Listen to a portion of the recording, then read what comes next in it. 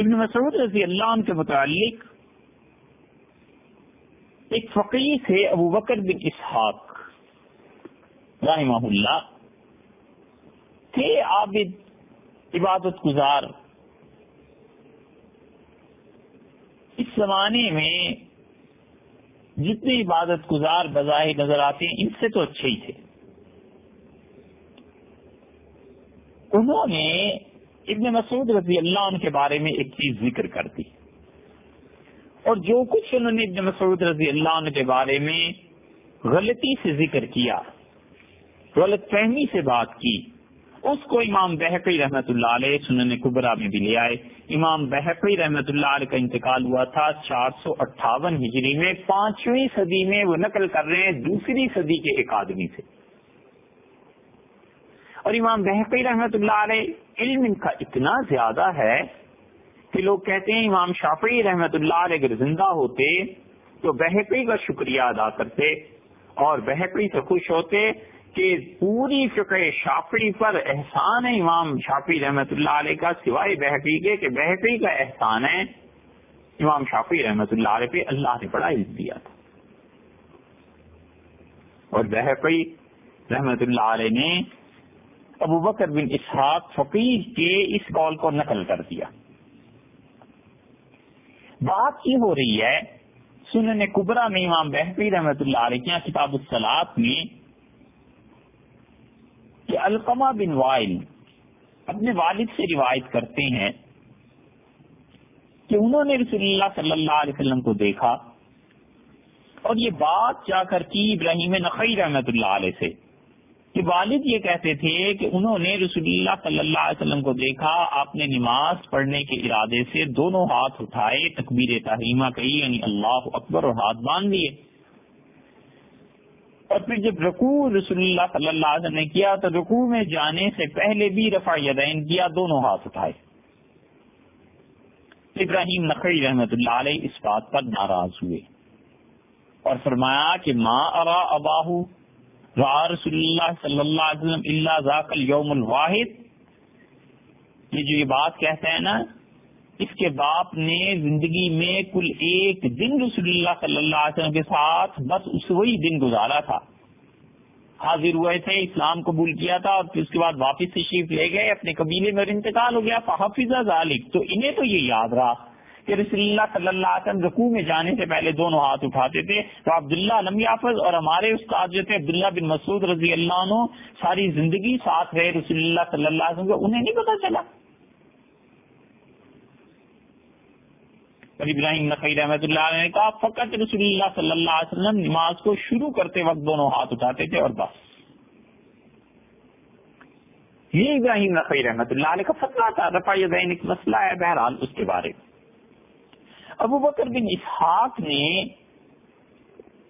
یہ تو شافعی مسلک تھے، جب انہوں نے اپنا دفاع کیا تو انہوں نے ابراہیم نخعی رحمۃ اللہ علیہ کو تو کیا کہنا تھا، اس سے بھی اوپر چلے گئے. اور ابو بکر بن اسحاق فقیہ نے کہا کہ یہ جو کچھ ابراہیم نخعی نے کہا ہے یہ درست نہیں. لأن رفع الیدین، اس لیے کہ رفع یدین دونوں ہاتھوں کو اٹھانا قد صح عن نبی صلی اللہ علیہ وسلم، رسول اللہ صلی اللہ علیہ وسلم سے صحیح احادیث میں آیا ہے. ثم عن الخلفاء الراشدین، پھر خلفاء راشدین بھی رفع یدین کرتے رہے ہیں. ثم عن الصحابہ، پھر صحابہ رضی اللہ عنہم نے کیا ہے. والتابعین، اور تابعین بھی رفع یدین کرتے تھے. یہ تو انہوں نے پہلا جواب دیا ابراہیم نخعی رحمۃ اللہ علیہ کے اعتراض کا. اور رہ گئی عبداللہ بن مسعود رضی اللہ عنہ کی روایت، تو یہ بڑی بڑی جرت سے، زیادہ صحیح لفظ کہیں تو بے ادبی سے بات کی ابو بکر بن اسحاق نے، اور انہوں نے کہا ولیس فی نسیان عبداللہ بن مسعود رفع الیدین، اور یہ عبداللہ بن مسعود رضی اللہ عنہ تو بھول گئے تھے کہ رسول اللہ صلی اللہ علیہ وسلم نماز میں کتنی مرتبہ ہاتھ اٹھاتے تھے. اور باقی صحابہ رضی اللہ عنہ نے روایت کی ہے. اور ابن مسعود رضی اللہ عنہ جو بھولے ہیں تو کوئی اتنی بڑی بات نہیں. قد نسی ابن مسعود، اور ابن مسعود تو بہت سے دین کی چیزیں بھول گئے تھے، پھر اس کے بعد ایک ایک کر کے 7 چیزیں گنوائی ہیں کہ ابن مسعود کب بھول گئے تھے. اور کہتے ہیں ابو بکر بن اسحاق کہ ابن مسعود بھولے تھے قرآن میں سے معلوم یختلف المسلمون فی، دو چار مسلمان بھی جس چیز کے بارے میں اختلاف نہیں کر سکتے، ابن مسعود وہ بھی بھول گئے کہ یہ قرآن میں ہے یعنی وہی المعوذتان، اور وہ دونوں قرآن کریم کی آخری صورتیں ہیں قل اعوذ برب الفلق اور قل اعوذ برب الناس، ابن مسعود کو یاد ہی نہیں رہا کہ یہ بھی قرآن میں ہے یا نہیں ہے۔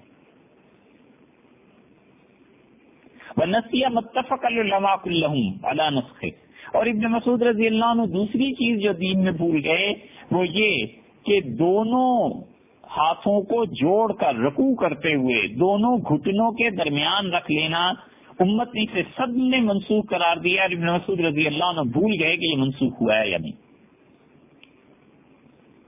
ٹھیک، تیسری چیز انہوں نے کہا ابن مسعود رضی اللہ عنہ یہ بھی بھول گئے کہ امام کے پیچھے اگر دو مقتدی ہوں تو وہ کہاں پر کھڑے ہوں، ابن مسعود رضی اللہ عنہ کو یہ مسئلہ بھی نہیں یاد رہا تھا۔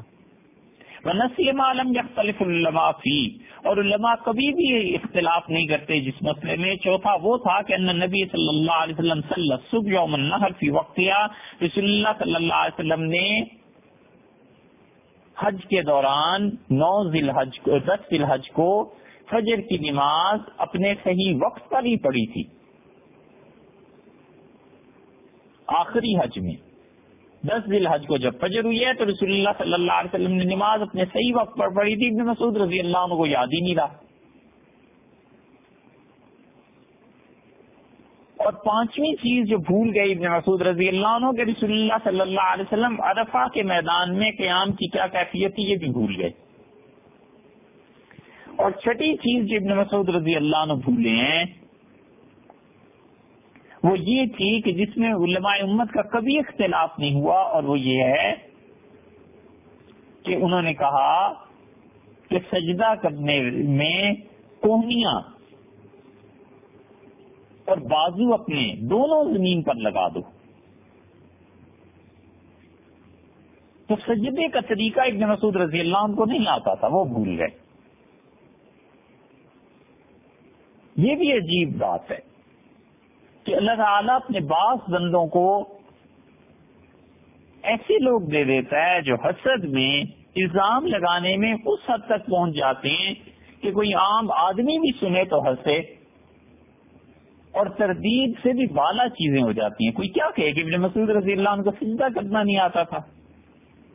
اور ساتویں چیز جو ابن مسعود رضی اللہ عنہ بھول گئے تھے کہ فکان یقرأ النبی صلی اللہ علیہ وسلم کہ رسول اللہ صلی اللہ علیہ وسلم قرآن کیسے پڑھتے تھے، وما خلق الذکر والانثی، یہ پڑھتے تھے وما خلق الذکر والانثی، یا یہ پڑھتے تھے کہ ذکر والانثی، یہ جو تھا یہ بھی ابن مسعود قرآن بھول گئے تھے۔ فاذا جاز علی عبداللہ، اور عبداللہ بن مسعود جب ایسی چیزیں بھول سکتے ہیں دین میں تو پھر تم کیسے کہتے ہو کہ لا یجوز مثلہ، کہ ابن مسعود پھر رفع یدین نہیں بھول سکتے؟ کیوں نہیں بھول سکتے؟ جب اتنی بڑی بڑی چیزیں وہ بھول گئے تو نماز میں کتنی مرتبہ ہاتھ اٹھانے تھے، یہ تو پھر ان کے مقابلے میں معمولی مسئلہ ہے بھائی، وہ کیوں نہیں بھول سکتے؟ وہ اس کو بھی بھول گئے۔ اب یہ سارے ساتوں الزامات ابن مسعود رضی اللہ عنہ پہ ایسے ہیں کہ انہوں نے ایک مہربانی کی، ایک جگہ جمع کر دی، ورنہ مختلف کتابوں میں بکھرے ہوئے تھے نا بڑی دقت ہوتی، اور خاص طور پر تو بہت ہی دقت ہوتی کیونکہ پڑھنے لکھنے کا تو دور نہیں رہا۔ اب تو پڑھیں لکھیں کافر، مسلمان کیوں پڑھیں؟ تو یہ مہربانی کی، اور اس لیے امام بہقی رحمۃ اللہ علیہ اللہ تعالیٰ درگزر فرمائے ان کی اس بات سے، انہوں نے ابو بکر بن اسحاق جیسے چھوٹے فقیہ کے یہ الزامات اپنی کتاب میں بھی محض اس لیے نقل کر دیے کہ کسی طرح سے رفع یدین کی روایتوں کو تقویت پہنچ جائے، چاہے کوئی بھی کہنے والا ہو، اور ابن مسعود رضی اللہ عنہ کا موقف غلط ثابت ہو۔ اور دلائل لائے ہیں وہ جو بڑے بڑے کمال کے صحابہ کرام رضی اللہ عنہم سے ہیں، وہ تو بات سمجھ میں آتی ہے، علمی مباحث۔ اور پھر اس کو انہوں نے 2 مرتبہ ذکر کیا، دوسری جلد میں دونوں مرتبہ انہوں نے ابو بکر بن اسحاق فقیہ کی اس علت کو نقل کیا ہے کہ ابن مسعود رضی اللہ عنہ میں یہ چیزیں تھیں.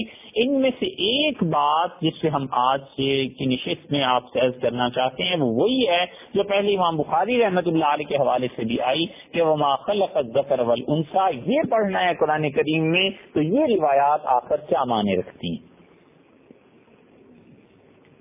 کچھ گھبرانے کی بات نہیں.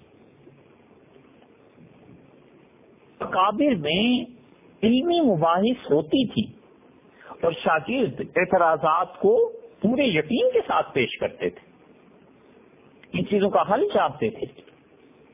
اب چونکہ پڑھنے لکھنے کا دور نہیں، اس وجہ سے اگر آپ کبھی اعتراض کریں کسی سے جا کے کہ بھئی تم کہتے ہو قرآن کریم بالکل مکمل ہے، ایک ایک حرف ایک ایک لفظ اس کا پورا ہے اور قرآن بالکل نہیں بدل سکتا اور قرآن کریم پہ آپ کا پورا اعتماد ہے، تو یہ کیا ہے؟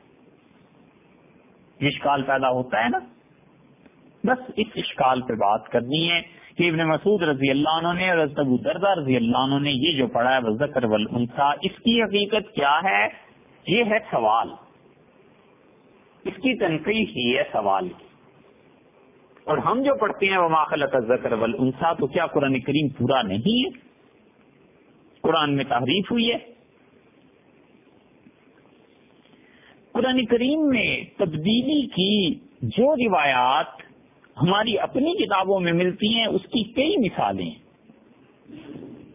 ہم ان میں سے چند ایک مثالیں آپ سے ذکر کرتے ہیں اور واضح اور صاف لفظوں میں یہ کہتے ہیں کہ آپ کسی نتیجے تک نہ پہنچ کے اس پوری بحث کو سن لیجیے، خواہ وہ کتنے ہی گھنٹوں پہ مشتمل ہو. سوال بنیادی طور پر یہ ہے کہ قرآن محفوظ ہے یا نہیں، بس. اور اہل سنت پر جماعت کی کتابوں میں ایسی روایات ہیں جن کو اگر آپ پڑھتے ہیں تو یہ ذہن میں سوال اٹھتا ہے، اٹھنا ہی چاہیے، کوئی حرج نہیں ہے. یاد رکھیے علمی ماحول میں بحث مباحثے میں اگر کوئی چیز نہیں آتی تو ہم نے اپنے اساتذہ رحمہ اللہ سے یہی سیکھا ہے کہ وہ کہتے تھے بیٹے یہ چیز نہیں معلوم، دیکھ کے بتا دیں گے، پوچھ کے بتا دیں گے. یہ نہیں تھا کہ ڈانٹ پڑے فتوے لگے، خوش ہوتے تھے علمی اشکالات پہ. پر ایسی نوبت بھی آئی کہ لے جا کر کتابیں دکھا دیں کہ حضرت جو آپ نے فرمایا ہے اس کے خلاف یہ بات ہے، اس کے خلاف یہ بات ہے. کہتے تھے بھی غلطی ہو گئی ہم سے، ہمیں خیال ہی نہیں رہا، ہم نے یہ پڑھا ہی نہیں تھا. اس حد تک اقرار کر لیتے تھے. اور اہل علم کی شان بھی ہے کہ جو صحیح چیز ہو اس کو مانتے ہیں. تو اس لیے پھر درخواست ہے کہ آپ کسی بھی نتیجے کو بھی نہ اس سے نکالیے اور کسی نتیجے پہ نہ پہنچیے. جو ہماری کتابوں میں اپنی روایات آئی ہیں، یہ بخاری شریف کی روایات ہیں کہ قرآن کریم ایسے پڑھا جاتا تھا اور اب ایسے پڑھا جاتا ہے، تو کیا قرآن محفوظ نہیں رہا؟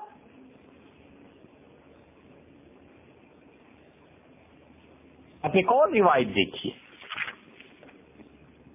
سورہ مائدہ میں اللہ تعالی نے ارشاد فرمایا ہے 7ویں پارے میں کہ یا ایھا الرسول بلغ ما انزل الیک من ربک، اے رسول صلی اللہ علیہ وسلم جو اللہ تعالی نے آپ پر وحی کی ہے آپ کے پروردگار کی طرف سے، ما انزل الیک جو چیز آپ پر نازل کی گئی ہے آپ لوگوں تک پہنچا دیں. وَإِن لَّمْ تَفْعَلْ، اور اگر آپ لوگوں تک نہیں پہنچائیں گے، فَمَا بَلَّغْتَ رِسَالَتِي، تو آپ نے اللہ کی جو رسالت تھی اس کا حق ادا نہیں کیا. وَاللَّهُ يَعْصِمُكَ مِنَ النَّاسِ، اللہ آپ کی حفاظت کرے گا لوگوں سے. ان اللہ لا یہدی القوم الکافرین، اور اللہ کافر قوم کو ہدایت نہیں کرتا.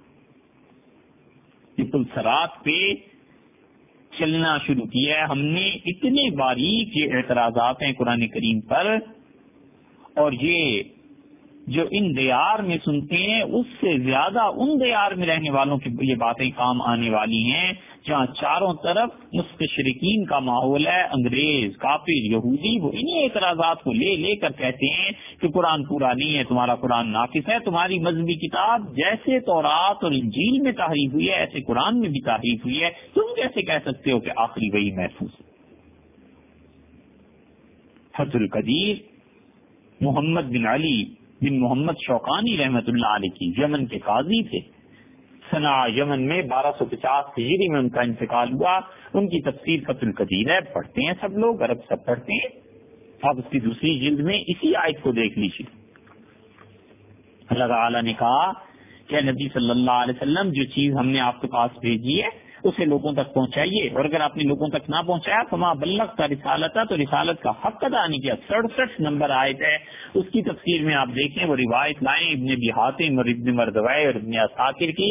ابو سعید خدری رضی اللہ عنہ نے کہا نزلت هذه الآیہ، یہ جو آیت نازل ہوئی ہے کہ رسول صلی اللہ علیہ وسلم آپ لوگوں تک پہنچائیں وہ چیز جو ہم نے آپ کو بھیجی ہے، تو یہ آیت نازل ہوئی تھی غدیر، خم غدیر میں سیدنا علی رضی اللہ عنہ کے حق میں نازل ہوئی تھی۔ اور پھر آگے کہتے ہیں کہ عبداللہ بن مسعود رضی اللہ عنہ نے کہا کنا نقرأ علی عہد رسول اللہ صلی اللہ علیہ وسلم، ہم رسول اللہ صلی اللہ علیہ وسلم کے زمانے میں قرآن جب پڑھتے تھے تو اس آیت کو یوں پڑھا کرتے تھے، یا ایھا الرسول بلغ ما انزل الیک من ربک، کہ رسول صلی اللہ علیہ وسلم آپ لوگوں تک پہنچائیے جو چیز ہم نے نازل کی ہے من ربک، آپ کے پروردگار کی طرف سے۔ اور وہ بات یہ تھی کہ ان علی مولی المؤمنین، سیدنا علی رضی اللہ عنہ یہ ایمان والوں کے آقا ہیں، وَإِن تفعل، اور اگر آپ یہ نہیں پہنچائیں گے لوگوں تک فما بلغت رسالتہ، تو آپ نے رسالت کا حق ادا نہیں کیا۔ واللہ یعصمک من الناس، اللہ آپ کی حفاظت کرے گا لوگوں سے۔ اب دیکھ لیں قرآن، آپ اس میں تو یہ آیت نہیں ہے۔ حضرت سعید رضی اللہ عنہ کی روایت ہے، ابن مسعود رضی اللہ عنہ کہتے ہیں ہم یوں پڑھا کرتے تھے، یہ بھی روایت ہے۔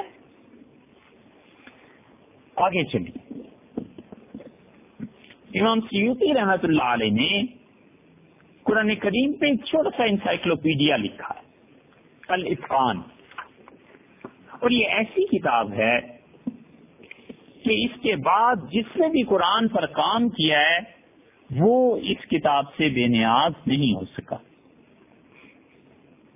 اور امید یہی ہے کہ قیامت تک جتنے لوگ بھی قرآن کریم کی تفسیر پر کوئی علمی کام کریں گے یا قرآن کریم پر کوئی ریسرچ ورک کریں گے اس کتاب سے بے نیاز نہیں ہو سکتے۔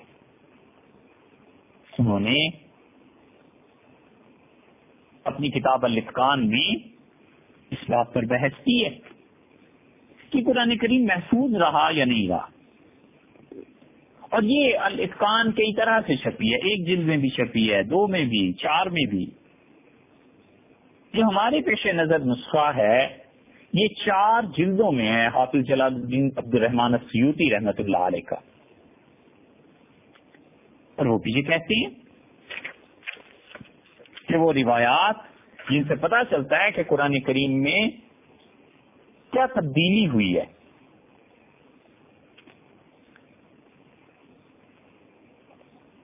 اور وہ روایت لائے ہیں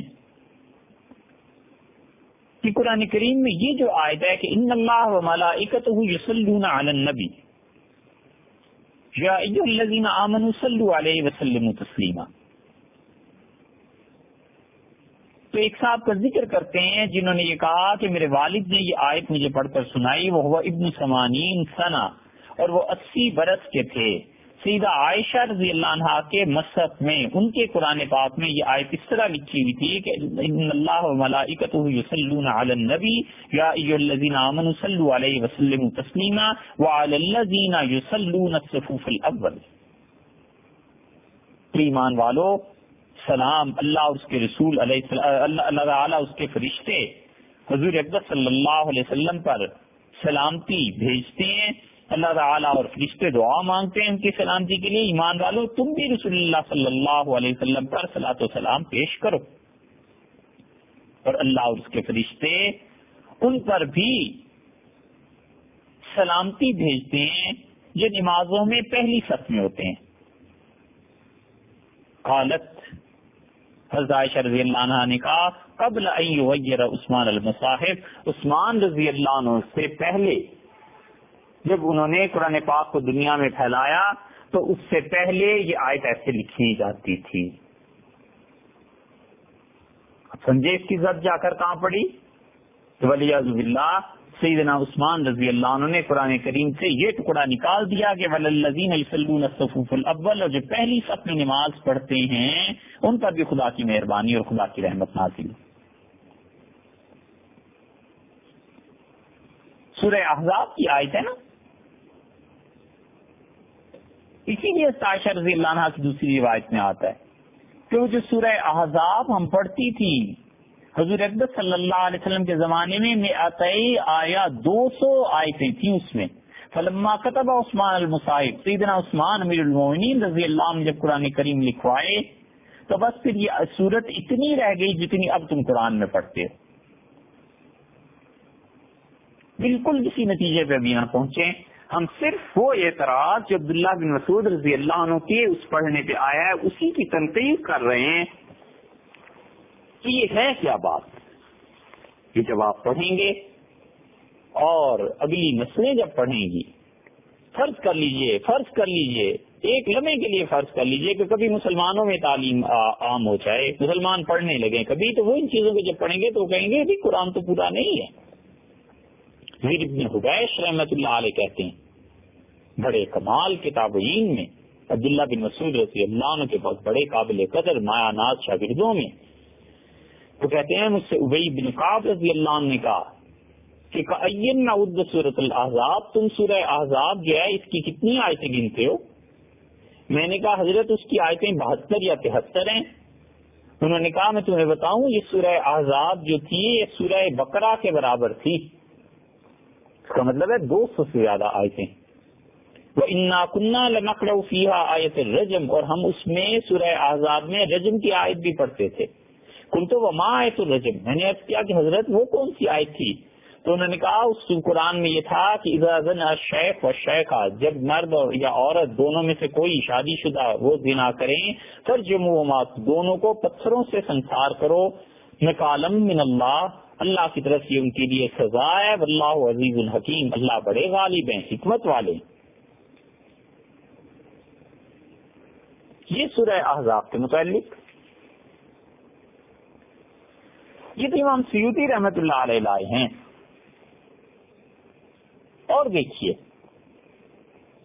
لیکن کسی نتیجے پہ نہ پہنچیے، پھر بار بار عرض کرتے ہیں کہ آگے چل کے بات کریں گے کہ اصل مسئلہ ہے کیا. آج تو صرف سوال کی بات کرنی ہے.